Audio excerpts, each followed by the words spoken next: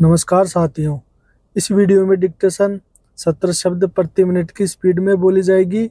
उसके बाद 100 शब्द प्रति मिनट की स्पीड से बोली जाएगी। डिक्टेशन स्टार्ट होगी 5 सेकंड बाद।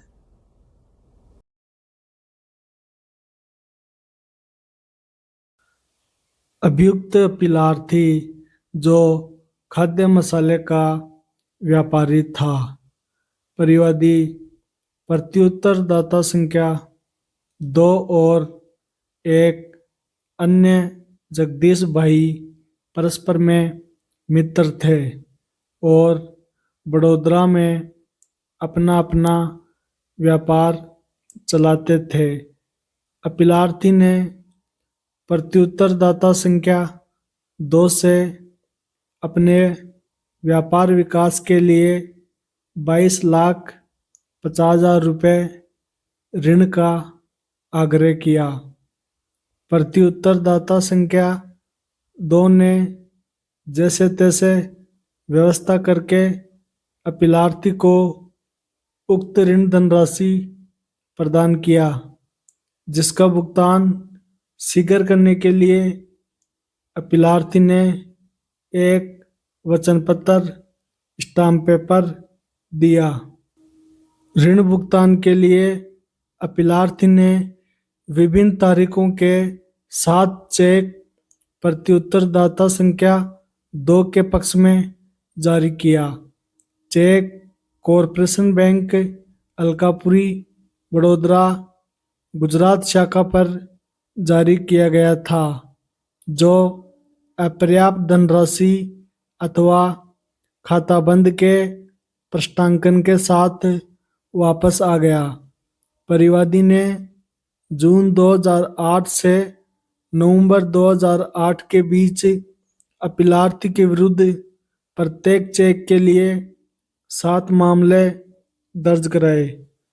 जवाब में अपीलार्थी ने कथन किया कि उसने परिवादी से न तो कोई ऐसा संव्यवहार किया था और न ही उसने परिवादी के पक्ष में कोई चेक जारी किया और न ही उसने स्टाम्प पेपर पर कोई वचन पत्र निष्पादित किया।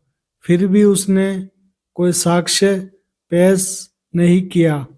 विचारण न्यायालय ने निर्णय दिनांक 9 जून 2017 के द्वारा परिवादी के सभी मामले यह अभिनिश्चित करते हुए निरस्त कर दिया कि परिवादी चेक धनराशि एवं अपीलार्थी को दिए गए ऋण धनराशि को सभी संदेहों से परे साबित करने में विफल पर रहा। परिवादी के अपील पर उच्च न्यायालय ने निर्णय दिनांक 8 जनवरी 2018 के द्वारा अपीलार्थी को सभी मामलों में धारा 138 के अंतर्गत दोषी पाते हुए न केवल सभी मामलों में 1 वर्ष के कारावास का दंड दिया, अपितु 3 लाख रुपए के प्रत्येक चेक धनराशि का 2 गुना उस पर जुर्माना भी अधिरोपित किया और निर्देश दिया कि प्रत्येक चेक धनराशि 6 लाख में से 5,50,000 रुपये का भुगतान परिवादी को किया जाए। अपीलार्थी ने इस आदेश के विरुद्ध उच्चतम न्यायालय में अपील किया।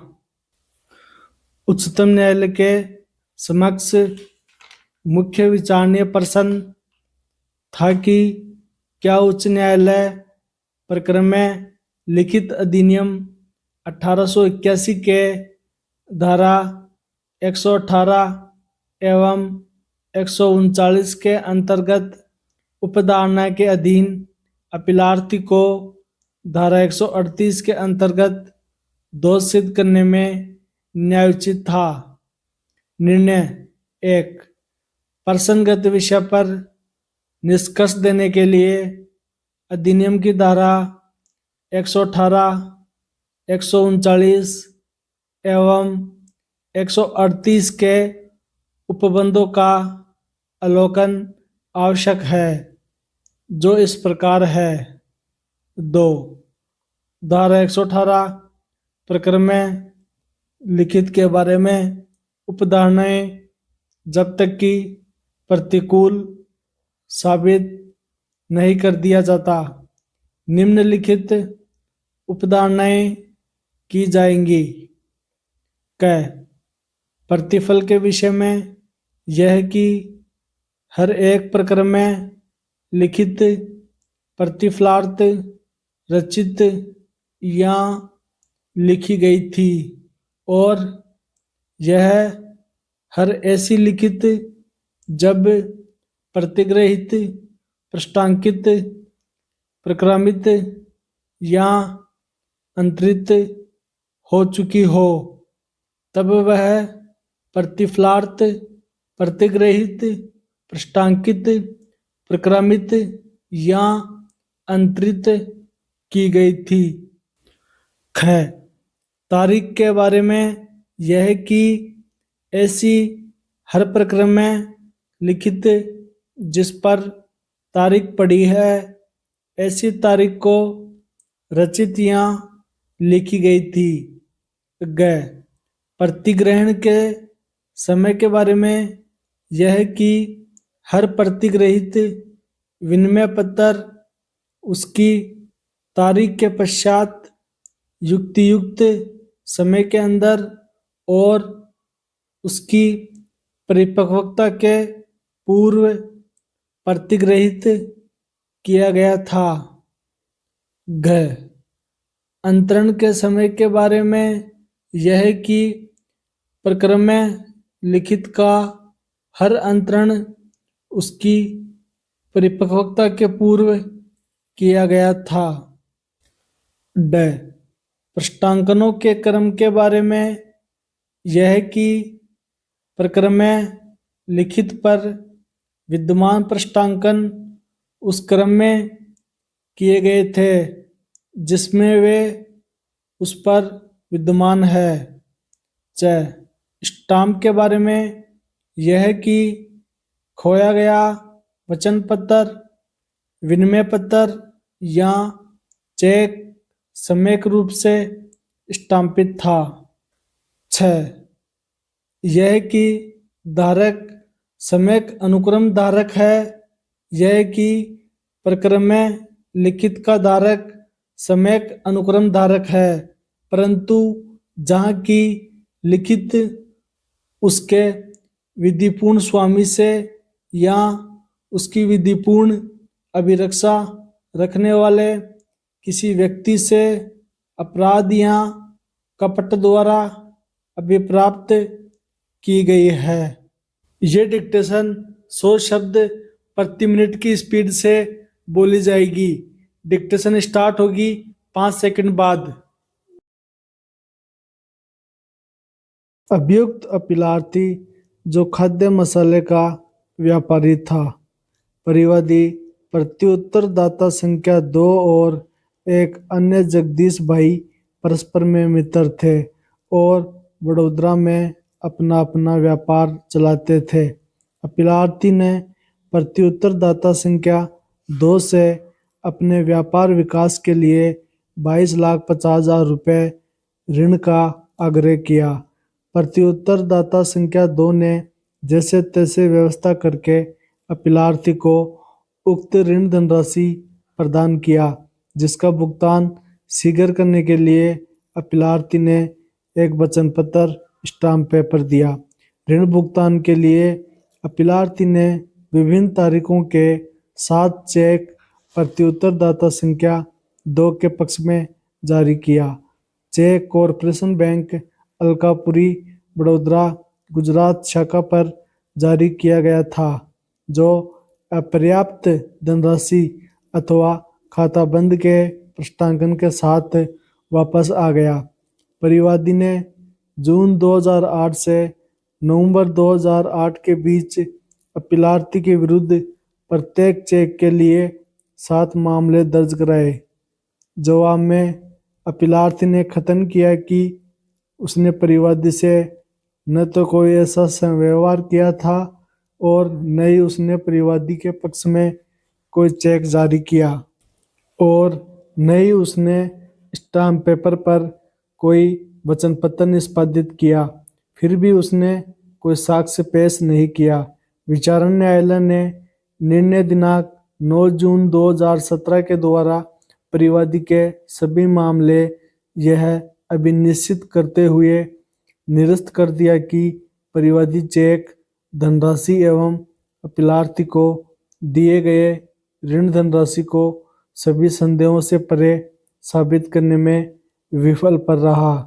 परिवादी के अपील पर उच्च न्यायालय ने निर्णय दिनांक 8 जनवरी 2018 के द्वारा अपीलार्थी को सभी मामलों में धारा 138 के अंतर्गत दोषी पाते हुए न केवल सभी मामलों में 1-1 वर्ष के कारावास का दंड दिया, अपितु 3 लाख रुपए के प्रत्येक चेक धनराशि का 2 गुना उस पर जुर्माना भी अधिरोपित किया और निर्देश दिया कि प्रत्येक चेक धनराशि 6 लाख में से 5,50,000 रुपए का भुगतान परिवादी को किया जाए।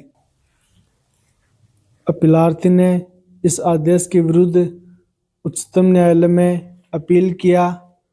उच्चतम न्यायालय के समक्ष मुख्य विचारणीय प्रश्न था कि क्या उच्च न्यायालय प्रकरण में लिखित अधिनियम 1881 के धारा 118 एवं 139 के अंतर्गत उपधारणा के अधीन अपीलार्थी को धारा 138 के अंतर्गत दोष सिद्ध करने में न्यायोचित था। निर्णय 1 प्रसंगत विषय पर निष्कर्ष देने के लिए अधिनियम की धारा 118, 139 एवं 138 के उपबंधों का अवलोकन आवश्यक है, जो इस प्रकार है। 2 धारा 118 प्रकरण में लिखित के बारे में उपधारणाएं जब तक कि प्रतिकूल साबित नहीं कर दिया जाता, निम्नलिखित उपधारणाएं की जाएगी। क प्रतिफल के विषय में यह कि हर एक प्रकरण में लिखित प्रतिफलार्थ रचित या लिखी गई थी और यह कि हर ऐसी लिखित जब प्रतिग्रहित, पृष्ठांकित, प्रक्रमित या अंतरित हो चुकी हो, तब वह प्रतिफलार्थ प्रतिग्रहित, पृष्ठांकित, प्रक्रमित या अंतरित की गई थी।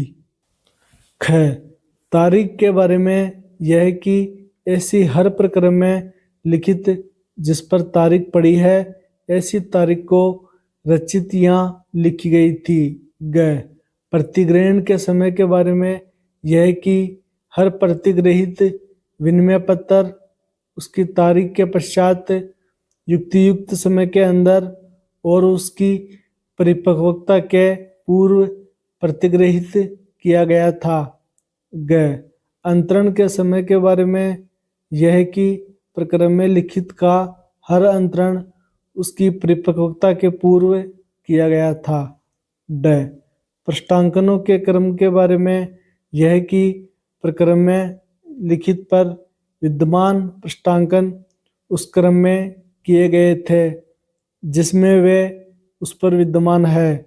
च स्टाम्प के बारे में यह कि खोया गया वचन पत्र, विनिमय पत्र या चेक सम्यक रूप से स्टाम्पित था। 6 यह कि धारक सम्यक अनुक्रम धारक है।